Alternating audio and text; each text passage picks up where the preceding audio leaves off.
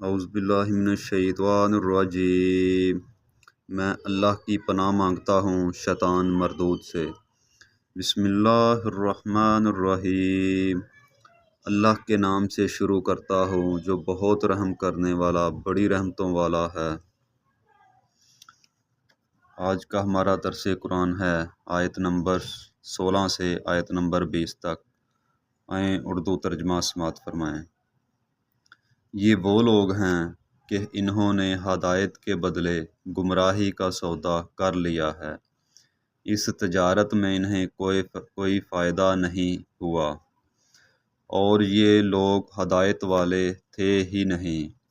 ان کی مثال اس شخص کی سی ہے جس نے آگ کا علاوہ روشن کیا، جب اس کے آس پاس کی ہر شے روشن ہو گئی تو اللہ تعالیٰ نے اس کی روشنی ختم کر دی اور انہیں ایسے اندھیروں میں چھوڑ دیا کہ وہ کچھ بھی دیکھ نہیں پاتے۔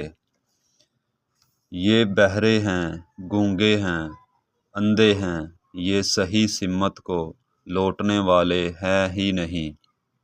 یا جیسے آسمان سے موسلا دھار مینہ برسے، اس کے ساتھ تاریکیاں ہوں، گرج بھی، آسمانی بجلی بھی، وہ کڑکے کے باعث موت کے ڈر سے اپنے کانوں میں اپنی انگلیاں دے لیں، اور اللہ تعالیٰ کافروں کو گرانے والا ہے۔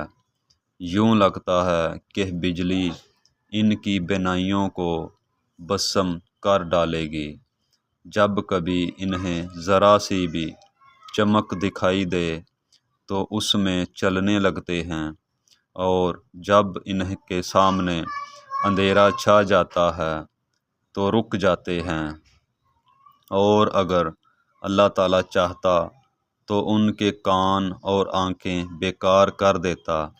بے شک اللہ تعالیٰ کو ہر چیز پر قدرت حاصل ہے۔